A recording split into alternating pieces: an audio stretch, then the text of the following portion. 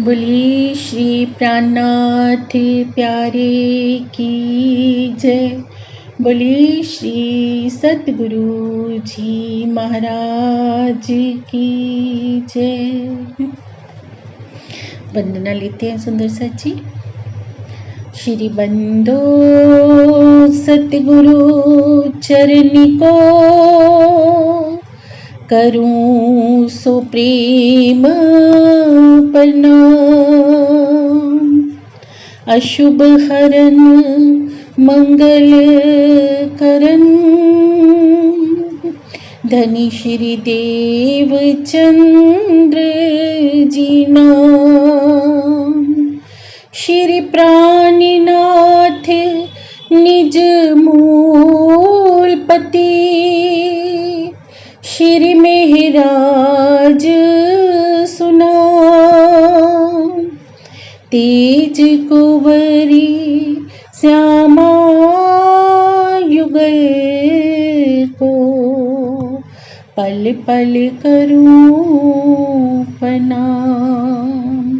पिया जी को पल पल करूं प्रणाम। प्रेम प्रणाम जी सुंदर साथ जी। प्राणाधार सुंदर साथ जी। अब तक की बैठक में हमने सुना परम पूज्य परम वंदनीय हमारे प्यारे सतगुरु महाराज श्री स्वामी जी के द्वारा वर्णित तमस के पार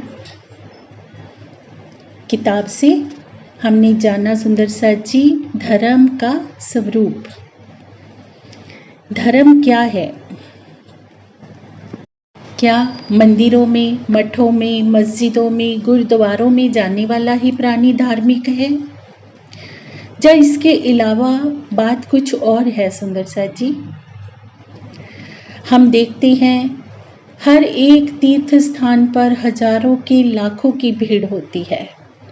जब हम उस भीड़ को देखते हैं तो हम सोचते हैं क्या ये सब लोग धार्मिक हैं? वास्तव में सच्चाई कुछ और है।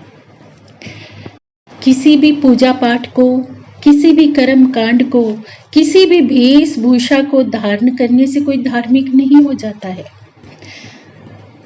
अपितु धर्म के 10 लक्षण बताए गए हैं सुंदर साथ जी धर्म शास्त्रों में। उन लक्षणों का पालन करने वाला ही धार्मिक कहलाता है। अब तक की बैठक में हमने धर्म के 5 लक्षणों के विषय में व्याख्या सहित सुना सुंदर साथ जी। आगे बढ़ते हैं आज छठे लक्षण की तरफ। धर्म का छठा लक्षण क्या है?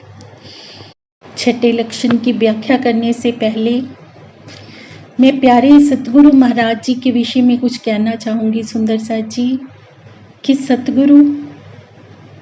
सतगुरु तुम दीपक भई तो जो आप समान।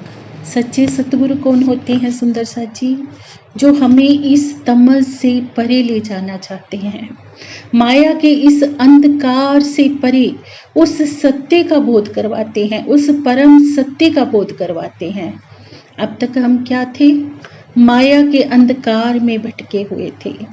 कोई भी सत्य की राह दिखाने वाला नहीं था, पर सतगुरु रूप में स्वयं पिया पर ब्रह्म आए और उन्होंने आकर हमारा हाथ थामा, हमें अपने ज्ञान के द्वारा, प्रेम के द्वारा, भक्ति के द्वारा परम सत्य का मार्ग दिखाया।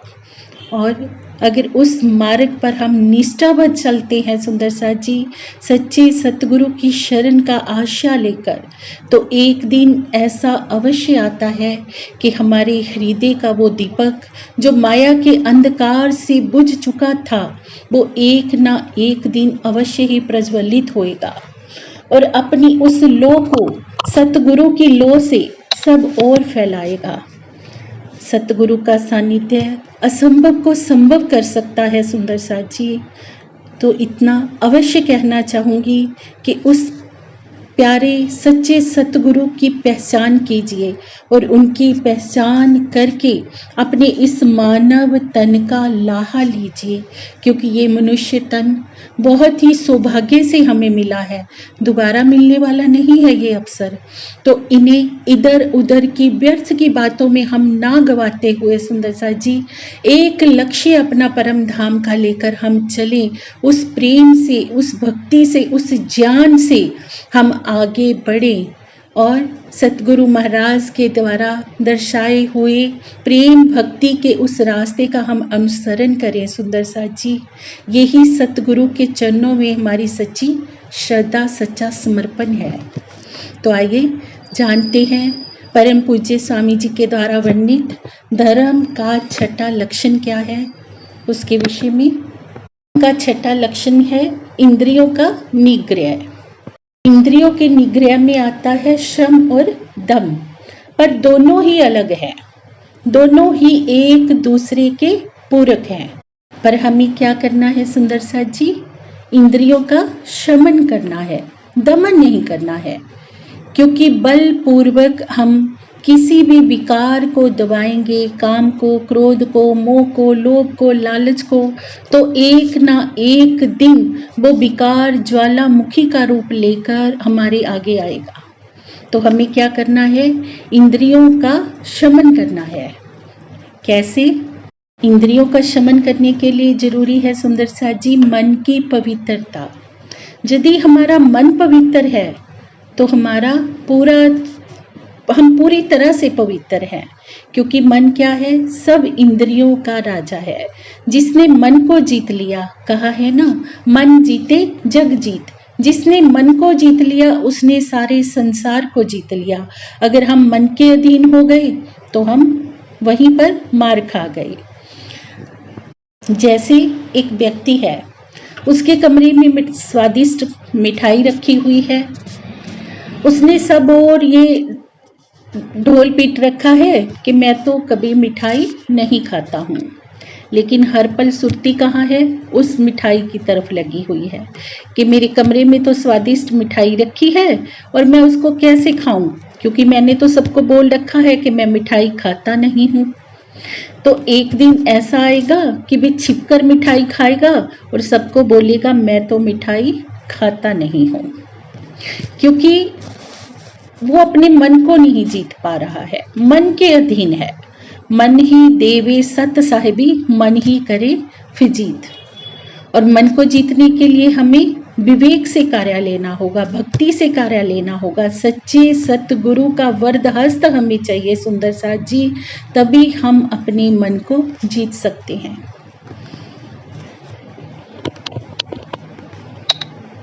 सातवां लक्षण है सुंदर सा जी बुद्धि।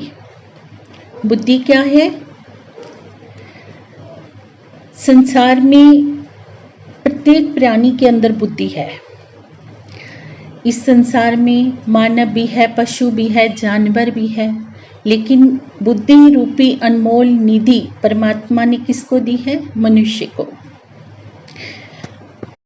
इंसान और पशु में क्या अंतर है सुंदर सा जी? पशु भी खाते हैं, पीते हैं, सोते हैं, उठते हैं, पर उनके पास बुद्धि नहीं है। और मनुष्य की विशेषता क्या है कि उनके पास विवेकशीलता है, बुद्धि है, विचार करने की क्षमता है। वो जान सकते हैं कि हम कौन हैं, कहाँ से आए हैं, इस संसार को छोड़ने के पश्चात हमें जाना कहाँ है, हमारी आत्मा का असल ठिकाना कहाँ है, हमारा मूल घर कहाँ है। न जाने कितने जन्मों से मैं कितनी योनियों में भटकता रहा हूँ। कभी हम गाय बने हैं सुंदर सा जी, कभी बैल बने हैं, कभी कुछ बने हैं। जिस व्यक्ति के पास ये विवेक है कि कभी कोई यहाँ पर राजा है, कभी कोई भिखारी है, आखिर असल क्या है, असल में हकीकत में हम कौन हैं, कहाँ से आए हैं, हमारी आत्मा का असल ठिकाना कहाँ है, जो इन बातों को सोचने की विशेषता रखता है। जिस व्यक्ति के पास ये विशेष बुद्धि है सुंदर सा जी, सत्य को ग्रहण करने की क्षमता है, वही वास्तविक धार्मिक है। हम सुंदर साज से भी क्या भूल हो जाती है सुंदर साज जी, कि हम सुनी सुनाई बातों पर आंखें मूंद कर विश्वास कर लेते हैं, अपनी बुद्धि से, अपनी विवेक से नहीं सोचते हैं कि आखिर सत्य क्या है। पिया पर ब्रह्म इस धरा पर आए हमारे लिए, हमें सत्य की राह दर्शाने के लिए, हमें झूठ और सत्य की हकीकत बताने के लिए। तो अगर श्रीमुख वाणी की शरण में आने के पश्चात भी सब कुछ सुनते देखते हुए भी हम अनसुना करेंगे, सत्य की राह का अनुसरण नहीं करेंगे, अपनी बुद्धि का उपयोग नहीं करेंगे सुंदर साज जी, तो क्या हम धार्मिक हैं? धर्म का 8वां लक्षण है सुंदर साज जी, विद्या। विद्या क्या है?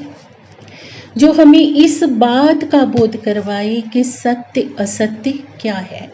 ज्ञान की वह रस धारा सुंदर साज जी, जो हमारे हृदय में प्रवाहित होकर हमें झूठ और सत्य का निर्णय करवाती है। जो जड़ है वो जड़ है, उसको हम चेतन ना कहें, जो चेतन है वो चेतन है, उसको हम जड़ ना माने, यही विद्या है। जो सुख है उसको दुख ना माने और जो दुख है उसको सुख ना माने। आज हम सभी प्राणियों से क्या भूल हो रही है कि इस दुखमयी ब्रह्मांड में हम किसकी खोज कर रहे हैं? सुख की। कौन से सुख की? क्षणिक सुख की, माया के सुखों की। लेकिन विद्या हमें इस सत्य का बोध करवाती है कि शाश्वत सत्य, शाश्वत सुख कहाँ है? उस पिया पर ब्रह्म के चरणों में। क्या इस संसार में सुख है सुंदर साज जी? कोई भी ऐसा व्यक्ति है जो आज दिन तक ये कहता हो कि मैं इस संसार में हूं और मैं हर तरह से सुखी हूं? हम संसार में सुखों की खोज कर रहे हैं तो कहीं ना कहीं हम विद्या से रहित हैं, क्योंकि जिसके हृदय में ज्ञान की ज्योति जल जाती है वे जान जाता है कि शाश्वत सुख कहाँ है, सुख का सागर कहाँ है, पिया पर ब्रह्म कहाँ है। उनके चरणों में ही हमारी आत्मा का ठिकाना है, वही शाश्वत सुख का सागर है। विवेक जिस व्यक्ति को हो जाता है वही व्यक्ति धार्मिक कहलाता है। धर्म का 9वां लक्षण है सुंदर साज जी, सत्य। सत्य कौन है? एक परमात्मा। परमात्मा सत्य है और उनको पाने के लिए हमें सत्य का ही आचरण करना होगा, क्योंकि क्या कहा है सुंदर साज जी, सांच बराबर तप नहीं, झूठ बराबर पाप, जाके हृदय सांच है ताके हृदय आप। परमात्मा का निवास कहाँ है? जिनके हृदय में सत्य है, जो सत्य का आचरण करते हैं, हमेशा उन्हीं की विजय होती है। महाभारत के युद्ध में भी हम देखें पांडवों की विजय होती है। किस लिए? क्योंकि उन्होंने सत्य का आचरण किया। आज प्रत्येक प्राणी ने अपने मन में ये भ्रांति पाली हुई है कि अगर हम झूठ नहीं बोलेंगे तो इस संसार में हमारा काम ही नहीं चलेगा। ये हमारे मन की एक बहुत बड़ी भूल है सुंदर साज जी। प्रत्येक प्राणी अगर ये प्रण कर ले कि हमें प्रतिक्षण सत्य ही बोलना है तो सारे ब्रह्मांड में सब और सत्य ही हो जाएगा, झूठ की आवश्यकता ही नहीं रह जाएगी। श्रीमुख वाणी क्या कहती है? सांचा रे साहिब सांच सो पाइए, सांच को सांच है प्यारा। जो सत्य है, जो परमात्मा सत्य है, उसको सत्य ही प्यारा है। इसलिए धार्मिक कौन है सुंदर साज जी? जो सत्य का आचरण करता है, मन से, वाणी से, कर्म से सत्य ही बोलता है, सत्य को ही ग्रहण करता है, सत्य को ही आचरण में लाता है। धर्म का 10वां लक्षण है अक्रोध, अर्थात क्रोध ना करना। हम चाहे कितना भी पूजा पाठ कर ले सुंदर साज जी, कितनी भी भक्ति कर ले, कितनी भी आंखें बंद करके ध्यान कर ले, यदि हमें क्रोध आता है तो ये धर्म नहीं है। धर्म कहता है कि हमें क्रोध को जीतना होगा, क्योंकि क्रोध आने पर हमें हमारी बुद्धि पर नियंत्रण नहीं रहता है। क्रोध से बुद्धि का नाश होता है, और जब बुद्धि का नाश होता है तो मनुष्य का नाश होना भी स्वाभाविक है। इसलिए क्रोध को हमारा सबसे बड़ा शत्रु कहा है। गीता में सुंदर सा जी नरक के 3 द्वार कहे हैं, काम, क्रोध, लोभ। ये नरक के 3 द्वार हैं। अगर हम इनका त्याग नहीं कर सकते तो हम कैसे धार्मिक हैं। क्रोध जब मनुष्य को आता है तो एकदम से जोश आता है, और उस जोश में जो हमारी बुद्धि का होश है वो गुम हो जाता है। जब बुद्धि पर हमारा नियंत्रण नहीं रहेगा तो हमसे कोई भी पाप होना संभव है। इसीलिए क्रोध को धर्म का शत्रु कहा गया है। तो इसलिए सुंदर सा जी, जब हम अपने मन में ये दृढ़ संकल्प कर लेंगे कि हमें धर्म के इन 10 लक्षणों का पालन अवश्य ही करना है, तभी हम सच्चे धार्मिक कहलाएंगे। एक बार ऐसा होता है सुंदर सा जी, जब हम किसी भी पथ पर चलते हैं, वो पथ पर चलना हमें मुश्किल अवश्य लगता है, पर नामुमकिन कुछ भी नहीं है। अगर हम सर्वशक्तिमान उस पिया पर ब्रह्म सतगुरु स्वरूप का आसरा लेंगे सुंदर सा जी, तो निश्चित ही बड़ी से बड़ी जो बात हो, जो हमें कष्टकारी बात लग रही होती है, वो बहुत छोटी हो जाती है सतगुरु कृपा से। अगर हम कुछ भी करने में खुद को असहाय समझ रहे हैं, हमसे नहीं हो पा रहा, तो हमें अंतर मन से पिया पर ब्रह्म सतगुरु महाराज के चरणों में ये प्रार्थना करनी है सुंदर सा जी कि मेरे धनी मुझे बल दीजिए कि मैं धर्म के इन 10 लक्षणों को आत्मसात कर पाऊं और अपनी तन को, मन को इतना पावन कर पाऊं कि पिया पर ब्रह्म का दीदार कर पाऊं। प्रेम प्रणाम जी।